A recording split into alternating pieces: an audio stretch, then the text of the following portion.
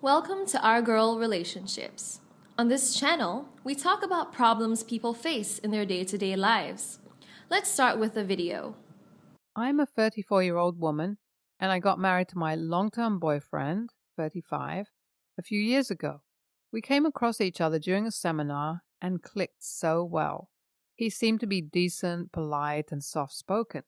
We were introduced by a mutual friend and spent a great time talking about our common interests.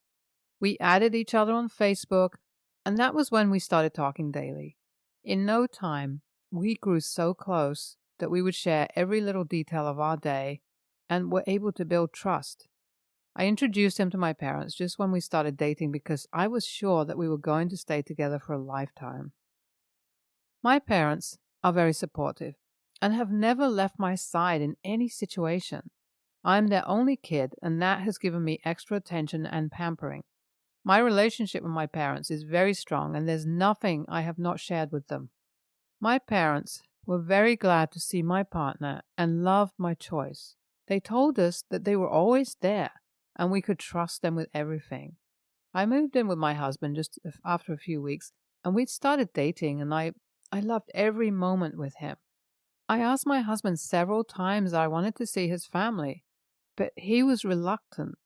I knew his family consisted of his dad and a younger daughter, but he would always postpone and would say that we would go to see them some other time.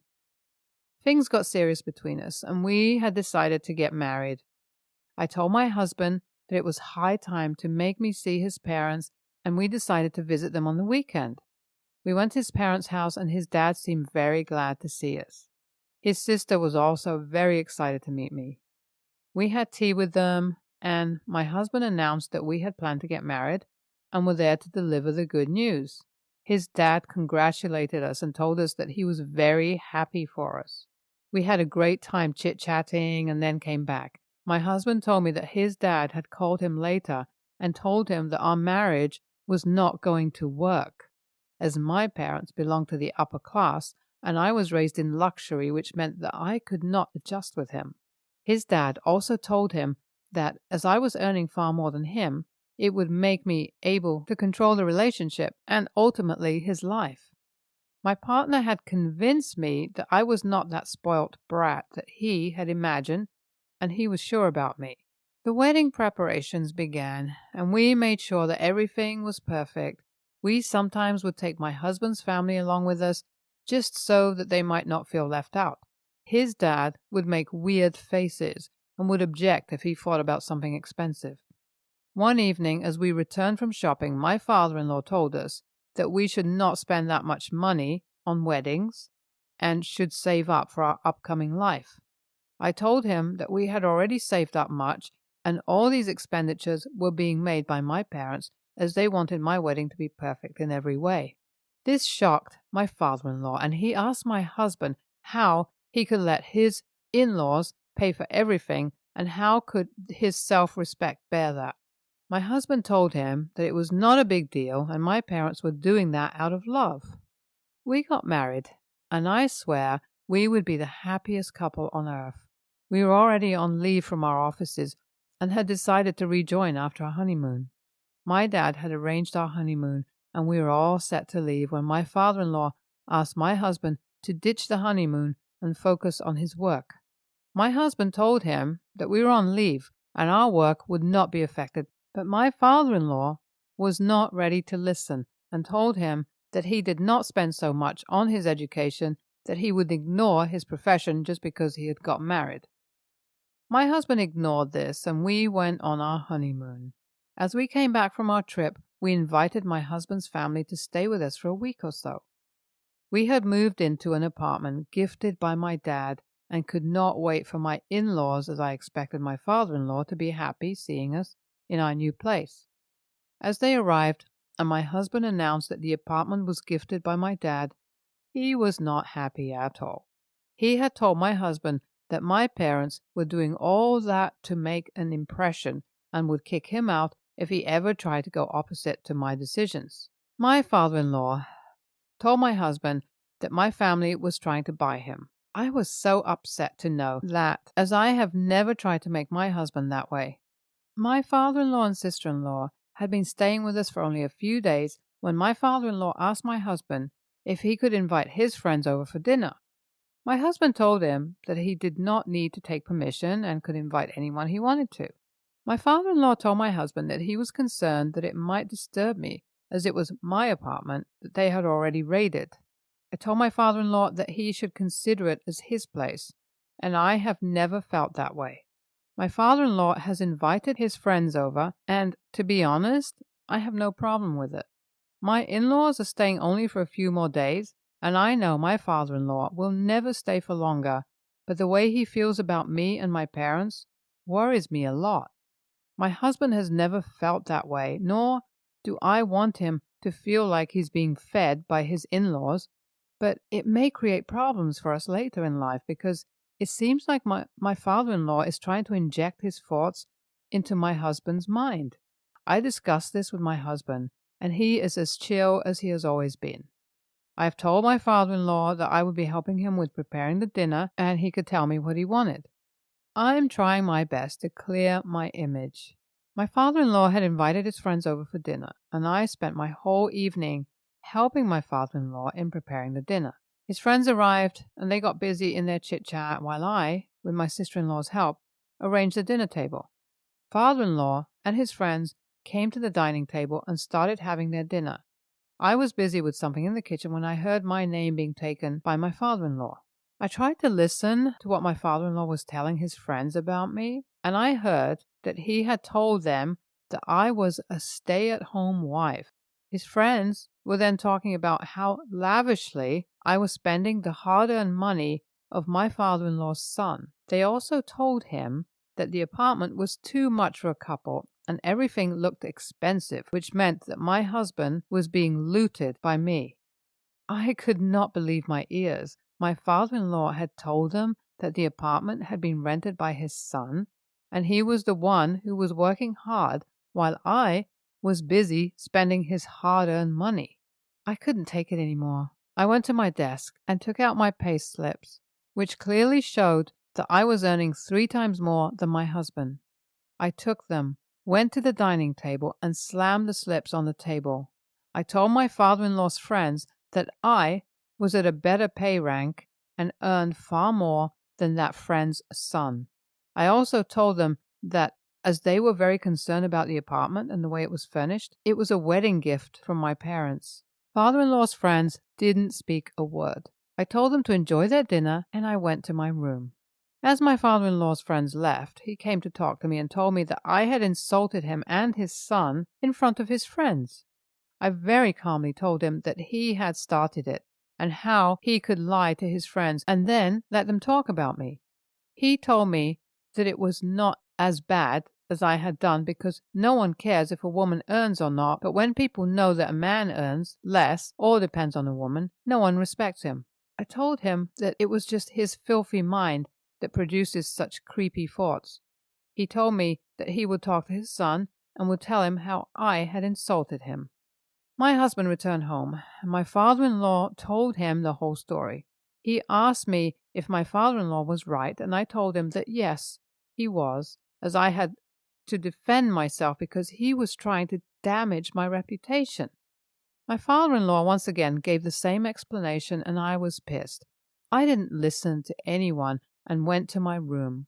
My husband came after me and told me that I could have tried to ignore them as they were just chit-chatting and would not even remember anything the next day. I told him that his dad had had a problem since the first day, and he simply could not digest that my family was well off. My husband asked if I could apologize to my father-in-law and end this topic here, which shocked me. I told my husband that he had to talk to his dad and make him understand that it was okay if a woman earned more than her husband, and it was also okay if in-laws could financially help their son-in-law. I told him that he should talk to his dad because my father-in-law would take everything to his ego. My husband told me that he had tried so many times but had failed. I told him that if he was not going to take a stand and tell his dad how things were in actuality, I would have to reconsider my decision to marry him. NTA, there was no problem with the OP. She was the only kid of her parents and was entitled to everything that belonged to them. There was nothing wrong with OP's parents supporting her and spending like that on her because they could afford it, and that was it. I do not think that OP wanted to keep an upper hand or was doing that to put an impression, but her father-in-law was thinking too much. I hope OP's husband supports her through this. NTA, OP's father-in-law has serious problems. After all, he seemed a narcissist and egocentric because he could not see anyone else being better and living a better lifestyle. If his son had no problem with his wife's money and the money spent by his in-laws, who was he to judge? He could simply keep calm and enjoy, but he wanted to mess everything up. Plus, his mindset sucks. Next story. I've been in therapy for 10 years, and I'm diagnosed with PTSD. My dog is task-trained to help me during panic attacks. My roommate, Janet, 24, is a close friend of 6 years, and my roomie, 8 months ago, started going on casual dates with Brad, 25. Brad eats my food without asking and damages several items of mine. After he damaged a favorite item, I asked Janet if he could not use it when he came over. She asked to see the damage, about how I knew it was Brad. I showed her and said that he was just the last person to use it, and so I knew. She agreed Brad should not use it and apologized. He tried to take my dog somewhere. Didn't mention where. I started to feel scared to leave my dog at home and asked Janet if they could please not do that. She got defensive and insisted Brad is always nice to my dog. I tried to de-escalate, saying that it was not about him specifically. Brad started showing up unannounced at night. Each time I asked Janet if she was expecting anyone. When she said that she wasn't, I peeked through the door and saw that it was him. At this point, I'm uncomfortable. One morning, I saw that he left the item he damaged out while he was in the bathroom. Janet was there, so I asked, "Is he using that?" And she responded, "Oh, but I'm with him." I said, "I don't want to ask for something just for him to look for loopholes." She started crying. Brad came out, saw that she was crying, and started yelling. "What is it now? You always have a problem, and I'm sick of it." I started shaking, but said, "Please, don't talk to me that way. You are a guest in our home." He kept yelling, "I'm sick and tired of you making this such a hostile environment." I went back to my room and had a panic attack. Brad kept yelling. Then he, Janet, started laughing. I told Janet that Brad's behavior concerned me. She told me that I was overreacting. Brad was sticking up for her because I was being ridiculous. I asked her for a 20-minute heads up before he came over because he made me feel scared. This would give me time to grab my things and either go to my room or go to my boyfriend's. She said that was doable and promised to do that. Multiple times, Janet and Brad have surprised me at night while I took my dog out. Each time, I have a massive panic attack. The first time, Brad kept walking closer to me after I asked him to stop. He started yelling because he just wanted to clear the air and apologize. After the most recent surprise, my fingers, face, and legs froze. I fell down into the grass and was unable to move for an hour. Janet and I have not spoken since. AITA? Update with answers to common questions. Thank you to everyone who posted kind, helpful comments. Some people in my life who I've talked to about this, like my parents, suggest that I might just be overreacting because I have PTSD. I have been in therapy for 10 years and have made so much progress, but Brad has undone quite a bit of that.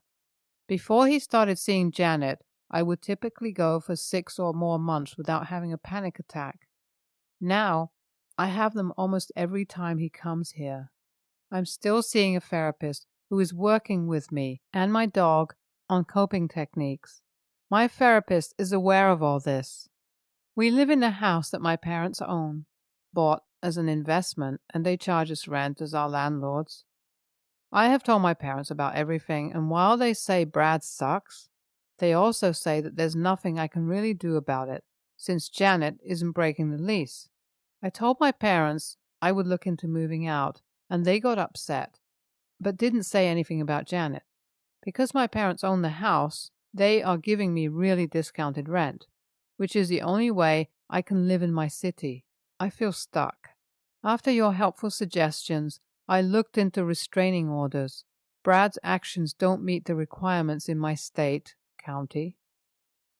Janet and I have agreed we should not live together again. The lease is up in 4 months. I'm concerned for her safety as well. She has started coming home crying more frequently after they go out together, and I imagine that he's probably treating her much worse than he's treating me. I'm upset with the way that Janet has handled this situation, but I also know how abusers can brainwash people into saying and acting out of character. I've tried to explain that I care for her well-being and that I am here for her. Most of the time, when he's not around, she's kind and thoughtful. NTA, but you need to get out of there. Break the lease if you can. You don't sign up for Brad to be here all the time. Break things and not even pay and replace them. Find a safer environment for your own mental well-being. Next story. So I, 18-year-old female, had to surgically remove my eye a short while ago, and I am still wearing an eye patch. I worked up the courage to go to the prom, and I was super scared of being bullied by this one boy, Mike, who has always been a dick to me. Well, it happened. He constantly came over and made really mean comments about my eye, and also related to my boyfriend, Jacob. He wasn't there because of caretaker responsibilities. Last thing he said was, mockingly, "Aw, did Jacob's big nose poke your eye out?" After that, I just lost it and I started crying. The guidance counselor took me to her office and tried to calm me down. They also brought my friends there for a few minutes to avoid escalation. I demanded that Mike be removed from the event because he was being a bully. My counselor tried calling his parents but couldn't reach them, and told me that since Mike is not 18 yet, they cannot remove him from the event without an adult. She then told me that since I'm 18, if I don't feel comfortable staying there with him, I was free to leave, and she would even call me an Uber if I wanted to. I was furious that she suggested that I leave to make the bully more comfortable, while I did nothing wrong and Mike is the one who should be forced to leave. The no leaving alone if below 18 rule also makes no sense because Mike's house is across the street. She then gave me the I don't make the rules crap, and I told her that if she doesn't have what it takes to protect her students, she is a failure at her job and should quit in favor of someone who can. I talked about this with my boyfriend, and while I did have a few choice words for Mike, he told me that while he understands my frustration and my response at the moment, he thinks the counselor was not at fault. I'm very open to apologizing to her if I see that other objective people also believe the same thing my boyfriend does. So, AITA? NTA, because he could have been removed to the counselor's office and supervised there until parents could have been reached.